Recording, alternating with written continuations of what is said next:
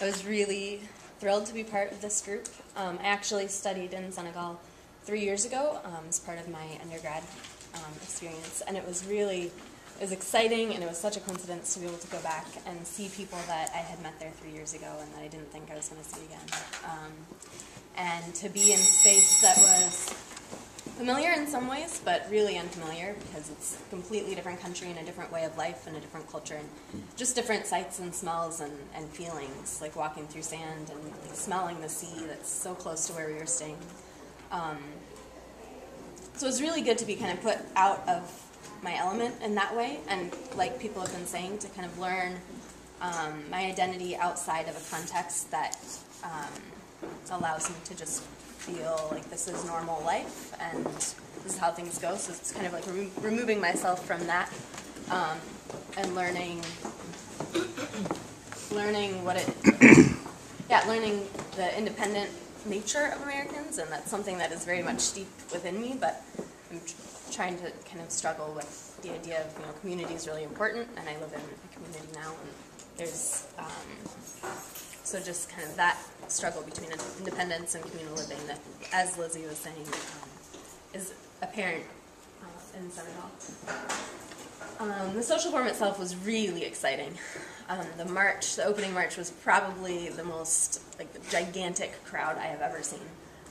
Just the colors and the people, and there were people from so many different countries, and music and drumming. And it was a party for 3 hours and 2 miles or something like that. It was wonderful. And the workshops too, there was a little bit of disorganization, as people have said. The university students were not aware that this was going on, and I went to one workshop, or tried to go to one workshop that was in a building that was under construction, and there were 6 workshops in that building, and the entire building was under construction. No one was allowed inside, so they just weren't having those. So parts were frustrating, definitely, but I think that was just kind of all part of the experience, and learning to be a little bit more flexible and a little bit more, just falling into a different understanding of how time works and a different understanding of what is productive or what is important to learn in a day. Going with a very set agenda didn't quite work, but there was a lot that we could get out of the day anyway. So I think, it was wonderful. I think we'll maybe talk about this a little bit more when we get into the social forum part itself. But one of the things that I heard that I think has stuck with me more than some others is, in one of the workshops we were in talking about kind of struggles to break through the blockade near Palestine, someone said, we need to be as nonviolent as possible, which means being as ordinary and transparent as we can be. And I think just understanding nonviolence as being transparent and just an ordinary person, just with your own needs and desires and nothing more subtle or suspicious at heart. I think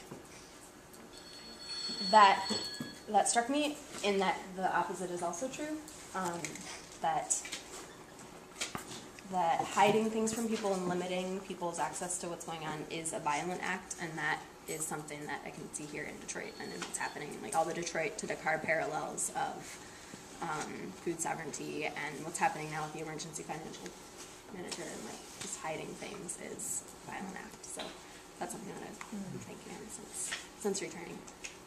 So yeah, I think overall it was a really wonderful thing. I'm sure that I'll be learning things for years from my experience.